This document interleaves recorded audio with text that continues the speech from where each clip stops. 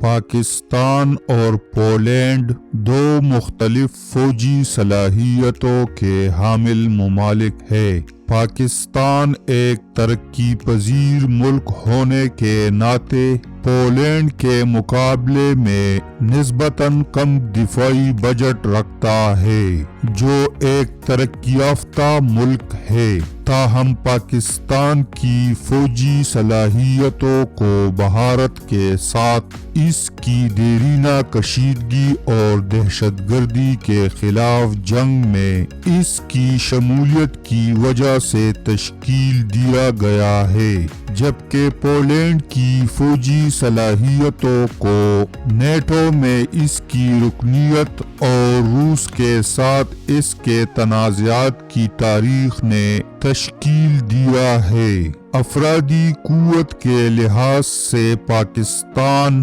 Poland کے مقابلے میں بڑی فوج رکھتا ہے، جس میں ایک اندازے کے مطابق 6,17,000 فعال اہلکار ہے، جبکہ پولینڈ کے 1,00,000 فعال اہلکار ہے۔ تاہم پولینڈ کی فوج زیادہ پیشہ ورانہ اور اچھی طرح سے تربیت یافتہ ہے۔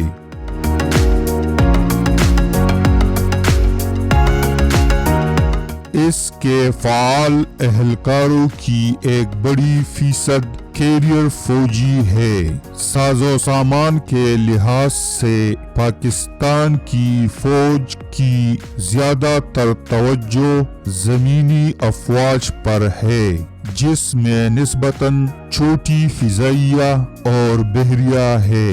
پاک فوج ٹینکوں، توپ خانے اور چھوٹے ہتھیاروں سمیت مقامی اور درآمد شدہ ہتھیاروں کے امتزاج سے لیس ہے۔ پاک فضائیہ چینی اور امریکی ساختہ لڑاکا طیاروں کا مرکب چلاتی ہے، جبکہ پاک بحریہ چینی اور فرانسیسی ساختہ جہازوں کا مرکب چلاتی ہے۔ دوسری طرف پولینڈ کی فوج زیادہ متوازن ہے۔ فوج کی تمام شاخوں میں مضبوط صلاحیتوں کے ساتھ پولینڈ کی مسلح افواج زیادہ تر یورپی ساختہ ہتھیاروں کے نظام سے لیس ہے، جن میں ٹینک، توپ خانے اور چھوٹے ہتھیار شامل ہے۔ پولش فضائیہ امریکی ساختہ اور یورپی ساختہ لڑاکا طیاروں کا مرکب چلاتی ہے، جبکہ پولش بحریہ زیادہ تر یورپی ساختہ جہاز چلاتی ہے۔ دفاعی بجٹ کے لحاظ سے پولینڈ کا دفاعی بجٹ پاکستان کے مقابلے میں کافی بڑا ہے۔ پولینڈ دفاع کے لیے سالانہ تقریباً $10 ارب مختص کرتا ہے، جبکہ پاکستان $7 ارب دیتا ہے۔ اس سے پولینڈ کو پاکستان کے مقابلے میں زیادہ جدید اور اچھی طرح سے لیس فوج حاصل کرنے کی اجازت ملتی ہے۔ بین الاقوامی اتحاد کے لحاظ سے پاکستان اسلامی تعاون تنظیم اور شنگھائی تعاون تنظیم کا رکن ہے، اور چین اور ترکی کے ساتھ اس کے مضبوط فوجی تعلقات ہیں۔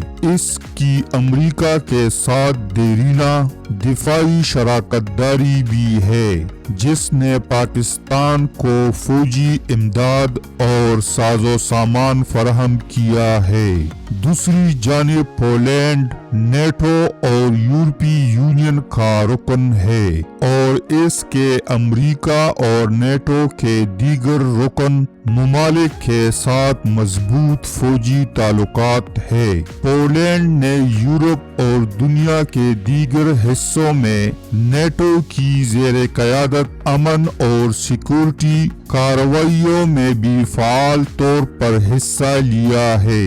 خلاصہ یہ ہے کہ اگرچہ پاکستان کے پاس ایک بڑی فوج ہے، پولینڈ کی فوج زیادہ پیشہ ورانہ اور اچھی طرح سے تربیت یافتہ ہے اور زیادہ جدید ہتھیاروں کے نظام سے لیس ہے۔ پولینڈ کا دفاعی بجٹ بھی پاکستان کے مقابلے میں کافی بڑا ہے، جو اسے زیادہ جدید اور اچھی طرح سے لیس فوج کی اجازت دیتا ہے۔